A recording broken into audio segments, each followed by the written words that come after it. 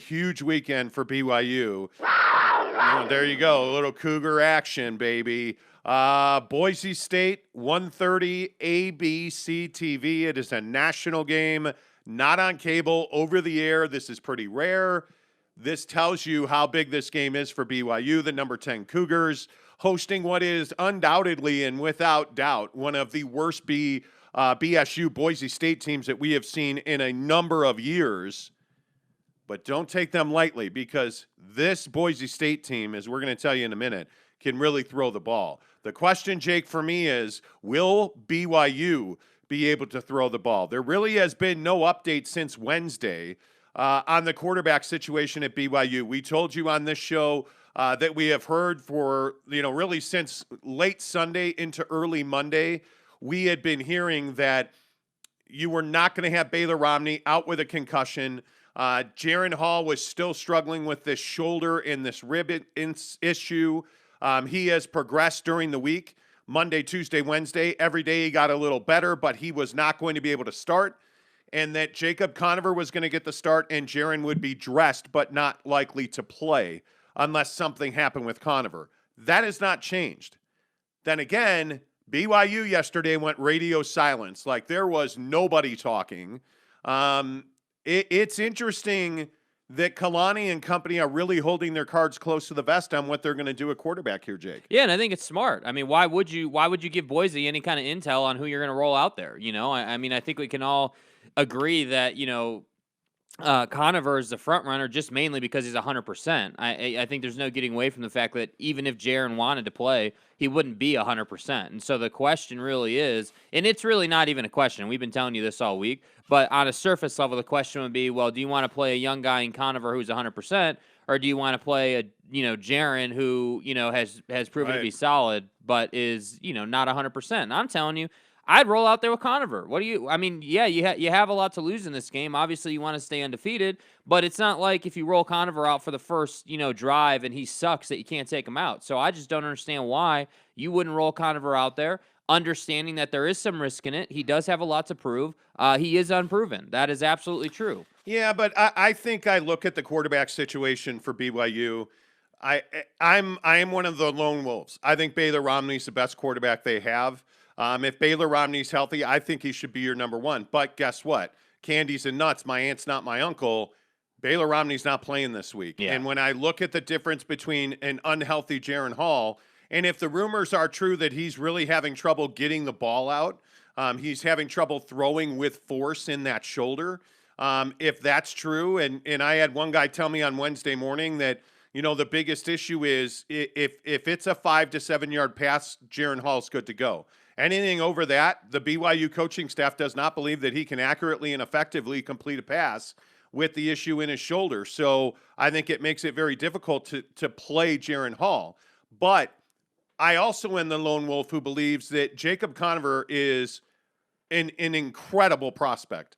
This is a kid that was highly recruited. If he had not gone out and served a mission, I think he would be starting right now at BYU. But he did, and now you have a guy that really hasn't started a football game in 3 years, took his first competitive snaps in 3 years last weekend at Utah State. I would roll with Conover. Yeah. I'm not playing Jaren Hall until he's 100%. Never mind he's got ribs. Now he's got a shoulder. I'm not taking a risk on Jaren Hall's long-term viability. Hell, he's a redshirt sophomore. He's got a lot of games left in front of him potentially. I'm not taking that risk. I have one of the highest recruited quarterbacks in the country in his class in Jacob Conover. That's who I'm rolling with, Jake. And I think if Conover starts, I think they're going to roll Boise State. Yeah, I think that's who they're going to play. I think more the conversation with the quarterback situation is the premise of the whole thing. Like, obviously the only thing that works against Conover is just that he hasn't played a lot. That's it. I mean, he's got, like you were just saying. I mean, yep. This is one of the most highly recruited guys out there. So I don't have doubts that the kid is capable. Zero doubts, because you're not recruited that high of a level if you're not capable. All I'm saying is whether we like it or not, or however you feel about it, he is unproven until he shows that he can do it. And so what I'm saying is, hey, ideally when you roll out into this game in the first half, I want to see this guy throw it all over the yard and put up 25 points in the first half. That's what I want to see. I'm not saying if it's less than that, he's a disappointment, but that would be awesome to see them go out, start running the ball with Allgeier early, and then start taking some shots. And I just would love to see that. And I think Boise is a team who's a bit beat up on defense. I think they're not, even if they were 100% healthy, I don't think they're on BYU's level in terms of talent and Yeah, size I don't disagree with that. and their abilities. So I do agree that BYU should win this game comfortably. The only thing that will hold them back from winning this game is if Conover starts and gets hurt, because then you're going down the rabbit hole of, okay, who we bringing in? What's that look like? Yeah. Where are we at? But I think the other issue that you have to really focus here on is, oh, by the way, there's an opponent on the other side of the field. And Hank Bachmeier can really throw the football. I think we've seen that for sure. Now, this is not your standard average Boise State football team. Right. They are not very good. They, I think, just handed the game to Nevada last week. And one of the things that's very clear, with Bachmeier is that he's turnover prone. Mm-hmm. And this BYU defense has been an opportunistic defense. I think we can all agree on that they have largely forced teams like Utah State. I think we saw it against Arizona State. They have forced teams into doing things they're not comfortable doing. And I think that is a significant part of what has ailed Boise State in making them such a difficult team to forecast. Because when you have a guy in Bachmeier that can throw for almost 400 yards against Nevada, you know that he's prolific. Yeah. They have the weapons. The question is, they're undisciplined, and in my opinion, they make a lot of their play calling has been very suspect this year. And looking at some of their game tape, their play calling has been very suspect. Yeah. But here's the problem for BYU. That secondary's not been healthy. It's going to be interesting to see if Mahe plays for BYU this week. He's missed some practice time. That's going to be a question. Is he going to play? And if he plays, I think BYU's fine. I mean, Mahe is such a difference maker on that defensive line. And this front seven for BYU really has covered up for a lot of inefficiency and a lot of, frankly, just not good secondary play out of BYU. And I think we saw it last week up in Logan that they can be had over the top of this defense. Yeah. Coverage is going to be a problem in this game. And if Bachmeier throws for 300-plus yards, this is going to be a much closer game than it should be. Yeah, and I think Khalil Shakir is the guy that you got to look for in terms of weapons for Boise State. I mean, yes. the Bachmeier to Shakir connection is definitely there. Shakir is a guy who can. He's not the fastest guy in the world, but he is a deep threat. There's no doubt about it. I mean, if you let him loose, you're going to have problems. And I think that BYU just has to be disciplined on defense in this game. Don't make the mental mistakes. Stay home, work your assignment, do what you're supposed to do, and you're not going to have an issue in this game. I think where Boise State really starts to thrive and really eat teams alive is when those defenses are undisciplined, when those defenses, don't have good gap assignment, when those defenses on the back end are not playing their concepts the right way. So that's why I say when you look at a guy like, Khalil Shakir, he's somebody who can make the big play, and that's what you worry about with him. Hey, let me throw it up to this guy, and let's see if he can go and run it down. And if you're BYU, we all know and love the BYU two deep safeties prevent defense. And I think you're going to see a ton of that in this game, and they're going to just keep everything in front of them and make Boise State grind it out. And I think if that's the kind of game you play, Boise State has no chance. I think the only way that Boise State is even in this game is if BYU is making mistakes defensively and Boise's getting the big play. That's what they're going to need to really be in this game. Well, Riley Smith is also supposed to be back for the Broncos. I think that's definitely something to watch. But let's be honest, this game's going to be won and lost in the breadbasket of Tyler Allgeier because I don't think it matters who you play at quarterback. You're going to establish the run until Boise proves that they can stop it. And guess what? All season long, Boise has proven that they cannot stop the run. And why wouldn't you? I mean, why wouldn't you just turn around, hand it off to Allgeier, bring in Peeney for a couple possessions or a couple plays, and just work that dynamic? I mean that is honestly, think about it. Again, not that I'm hating on Jacob Conover, but again, young guy coming in, you want to get his feet under him, you want to get him comfortable. So let's hand it off a couple extra times. Let's get him ingratiated into the game and see how it feels. And if we can run for 5+ yards a carry, why would we not just keep handing it off? Like, Yeah. I don't know why you wouldn't. You have one of the. I mean, I don't know if it's an exaggeration to say that Algier is one of the best backs in the country, but he's got to be. He's Oh, got to be top that's 15 at not an least. exaggeration at all. I think Tyler Algier has had an incredible start to this season. He's run explosiveness and power. I don't think there's any doubt he's one of the best backs in the country right now. I don't think there's any doubt he's one of the best NFL prospects at running back in the country right now. Yeah. But I think one of the things that he's going to have to do is run the ball on third down. Like, I don't think BYU in this game can be scared to run the ball on third down. You cannot, in my opinion, and I think BYU's a little guilty of this when it comes to play calling.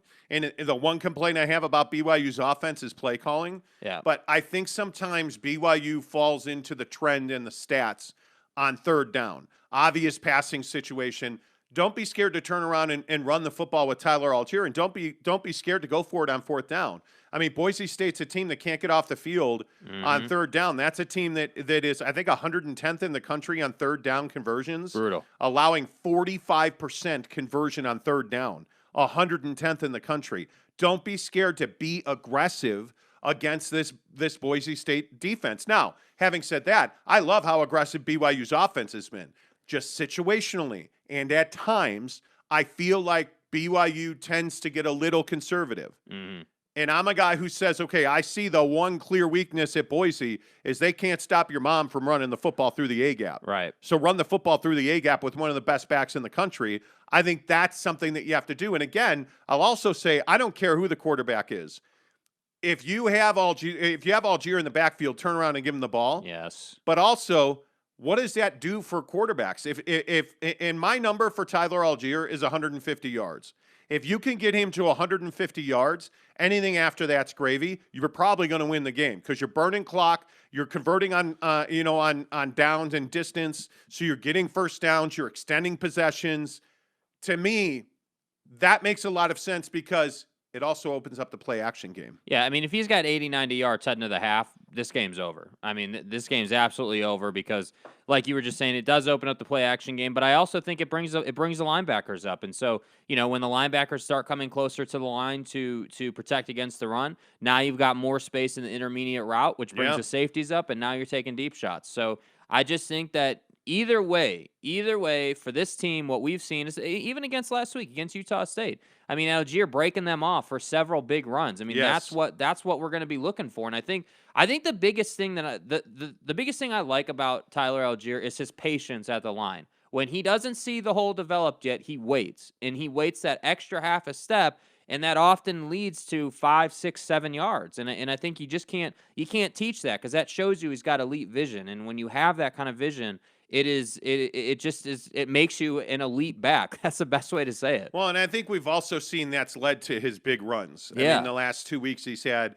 60, 70-yard runs, and it's almost becoming part of his game. But, one of the other trends I think you should watch for in this game is how does BYU score its touchdowns? Because one of the concerning factors, if it is a concerning factor, is that this team's become reliant on the big play. And you really would like to be able to string together 8, 10 play drives, where you have some chunk plays. Sure, every offense needs chunk plays, but, one of the things we saw when Baylor was playing was Romney on Romney crime, man. Yeah. Like, that deep ball over the top is exquisite. And I think that's what South Florida, that's what we saw when the defense was hurt and you needed to score more points. BYU went up top, and they did it very well. Now, you also got big plays out of the running game against Boise or against Utah State once Baylor went out of the game. So I think you can play both styles, especially when you control the ground game. That's something I would watch for. But again, I think what's going to happen here is I think Conover's going to start. I think Jaron Hall's going to dress and likely not play. And I do think that there's a real chance that you are going to see Solskjaer for the first time be in a position where he darn well may be in a game. Mm-hmm. And I think with all the injuries BYU has had, and, oddly, BYU's had a lot of injuries this year. And I know that when you start talking about quarterbacks getting hurt, that's when everybody starts looking at your injuries. But They're not healthy in the secondary. They have not been consistently healthy on the defensive line. The offensive line, between Empey and LaChance, I mean, you've seen real building block foundational players on that offensive line missing significant time. And by the way, Harris LaChance is not going to play this week. Again. And it looks like Empey should be good to go. Mahe should be good to go from what I understand. Like, you're just seeing that there's a lot of injury issues on this team right now. If BYU were 100% healthy, we would be having a very different conversation about this game, but they're not. Yeah, I think we just got to stop assuming LaChance is going to come back. Like, it's going to be a minute, clearly. Like, I think so. The guy is going to be out for a while. I mean, like, I'm not trying to exaggerate at all. Like, I'm just hoping he's available for USC. Honestly, because after this, like, after you play Boise, can he play against Baylor? Okay, great if he can, but likely probably not. So after Baylor. Now all I give a damn about is USC, because the rest of those opponents you really should be able to take care of. Yeah, you should absolutely handle Washington State. There's no doubt about that. And then obviously you're playing some Virginia. Virginia is the one game that comes to my mind where that's going to be a battle. I mean, one of the things I think is interesting, and we need to really, not today, but leading up to that Virginia game, we need to have a talk about Broncos' legacy at BYU, because talking to some BYU fans this week, I think it's mixed emotions. I think this BYU football program owes Bronco Mendenhall a massive debt of gratitude. And right now, I don't hear that from BYU fans, but we'll talk about that on another day. Let's get some of your comments in here. What's up, Mike Bird says, go Cougs. Chris Karn says, today's lock is I will have a new smoker next week to prep for the Baylor game. Look at you, Chris My Karn. guy. Hey, man, we're right on top of it right now. If you're not subscribed to the channel, you need to get subscribed now, because we're 30 away from giving away the from smoker. Greatness. Yeah, we're 24.69. So we're just 31 subscribers away from giving away the smoker. We picked up 41 subscribers, I think it was, on Wednesday. We picked up 17 You guys more have been yesterday. amazing, bro. Like, yeah, we really appreciate you supporting the show. So all you have to do is hit subscribe, then take a picture that you're subscribed, tweet that at us. And if you've done that already, you don't have to do it again. But tweet that at us, and you have to tag us both. So Twitter, Instagram, or TikTok, any of those three, and you have to tag us both. SLC Supercars for Jake. He's not wearing glasses anymore. It's fine. I know it's awkward. Don't freak out. And then there is me, The Monty Show, Monty, The Monty Show. So there you have it. By the way, I would also remind you. Yeah. I'm expecting 10 reps at 225 tomorrow at the gym. Well, I'm back on the steroids known as creatine, so we'll see what it is. Yeah, how about that the other day? Those are steroids. No, they're not. Kevin Blissett says, hey, boys. Hey. Hello. Hey, Teddy Wayman says, morning. Teddy, what's up? Val Umpress says, go Cougs. Ramiro says, morning, fellas. Hello. Greg Hawkins says, what's up, fellas? Spencer Morgan says, Utah started Jordan Wynn for 2 seasons with his arm basically hanging out of his socket. Jordan Wynn never really had the strongest arm in the world. I would agree with that. He says, who needs a healthy quarterback? BYU fan CJ says, BYU rolls tomorrow on the back of defense in Allgeier, no matter who comes out as quarterback. Well, you know what? If you want to hear the Rock going crazy, and you want to have a good day tomorrow, 150 yards and hopefully 2 scores out of Tyler Allgeier. That would almost cement a victory for BYU, in my opinion. Yes. Let's see. Greg Hawkins says, I was a student when Wynn got injured. Oh, he added Spencer Morgan. When Wynn got injured, and we had backup Division III quarterback John Hayes. Jesus. That was an interesting season. Spencer Morgan also says, wow, comment dump, thank you. LOL, I love how we're just going to assume a completely unproven QB equals a win versus Boise as long as he doesn't get hurt. Slurp, slurp. Well, Boise's not very good. I don't know how, I mean, this is one of the worst starts to a season in recent history for Boise State. Yeah. This is not.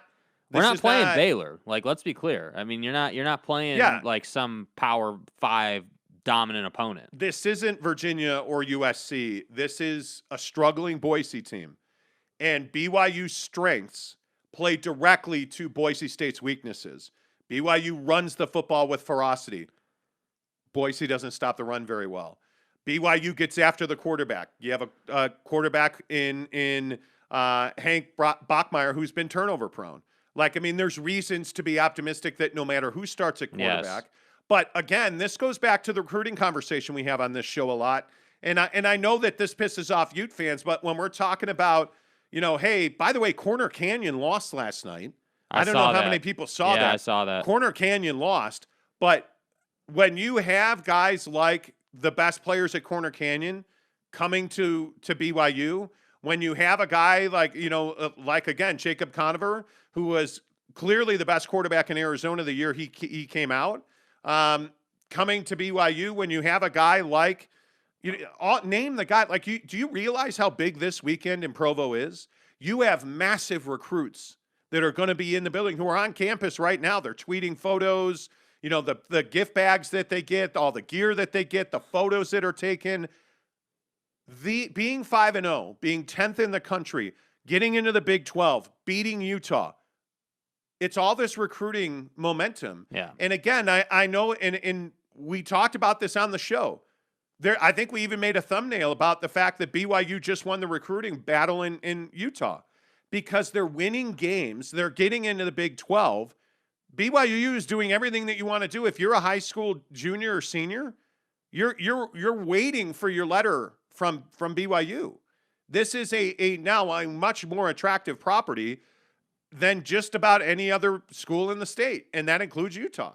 I think when you look at what's going on at Utah, they're in a tailspin, and I think that you look at what's going on at BYU, they're rocketing up the board.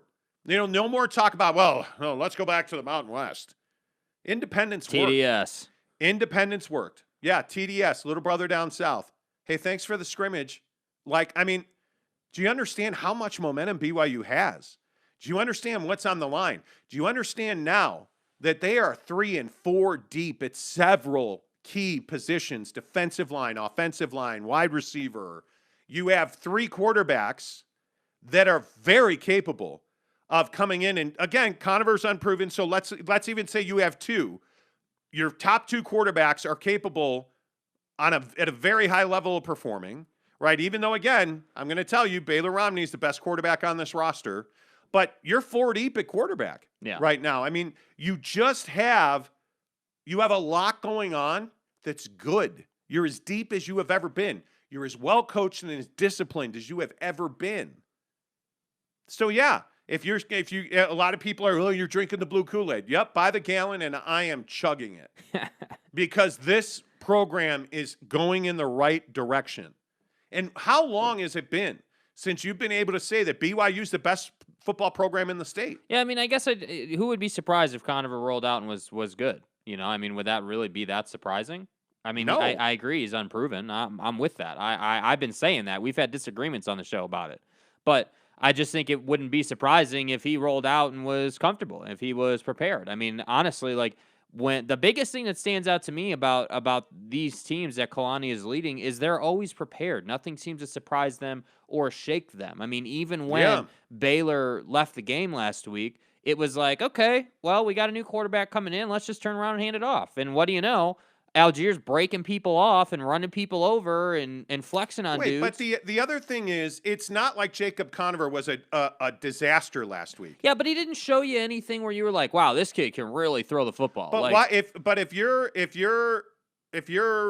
A-Rod or if you're Kalani, are you really gonna with a lead?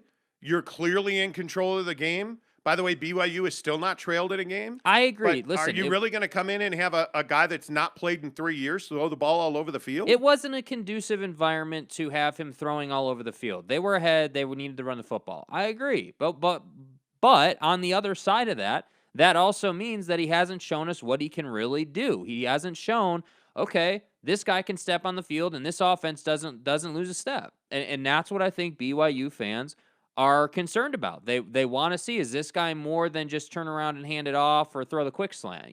Can this guy bomb it down the field? That's what people want to see. Yeah, I think that you're going to see what depth looks like and what poor depth looks like Saturday afternoon. Because one of the things that's a real issue for Boise is they're just not very deep.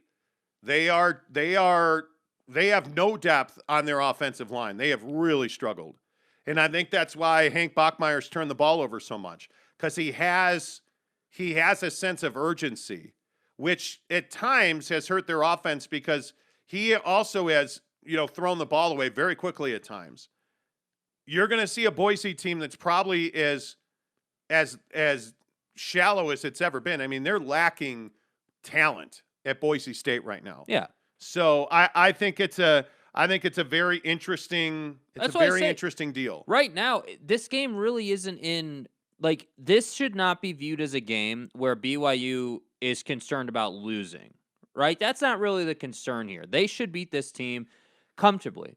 What we're looking for is, yes, what is Conover? Does he live up to the hype? Does he live up to the recruiting messaging that we all have heard all week long about him? A. B, can this defense show up and play good, sound, fundamental defense? Can they be disciplined? And C, can they create a turnover? Because what they've been doing is creating turnovers in all these games, and that's been giving the BYU offense more possessions and more to work with. So I wouldn't be surprised if they turn Boise over a couple times. Honestly, I wouldn't. Well, you're going to have to figure out how to cover Khalil Shakir. I mean, that is him and Bachmeier have clear chemistry. He is capable. For being a college kid, he's a really good route runner. You don't see elite route running very often. He's one of those guys. And he's a guy that, if you allow him to catch the football and he can take 2 steps, he's capable of taking it to the house every single time. So you're really going to have to account for him. And I'm telling you now, if you can hold him under 100 yards, I just don't see that Boise can win this game. I mean, if you hold him to 3-4 catches, 65, 75 yards, there's just no way that Boise has enough firepower to win this game. But see, I wouldn't even want it to be that, because what that's telling me is they're connecting on the 15-yard route, right? Like I don't even want that. I want BYU beating this kid up. I want them to. Yeah, but that's not how that secondary plays. I mean, that might be true, but that doesn't change the fact that that's what needs to happen in games like this. You need to send a message early in the game that you're not taking the deep shot on us. We're not allowing you to be comfortable running around this secondary. Right, but I just don't think that BYU has the bodies in the secondary to prevent you from going deep on them. Because listen, if Shakir wants to run by you, he's going to do that. He's probably faster than anybody in that BYU secondary.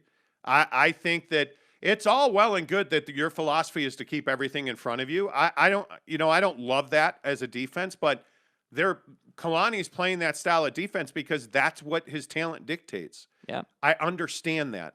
But at some point, you're going to have to find a corner who can stay healthy and who can run with the other team's top receiver. I mean, Tompkins got you against Utah State, and that's what scares you about Khalil Shakir. Because when you have that kind of big playability, you're really never out of a game. When you are, every snap has the potential to go for a touchdown, there's no better example than that of BYU's offense.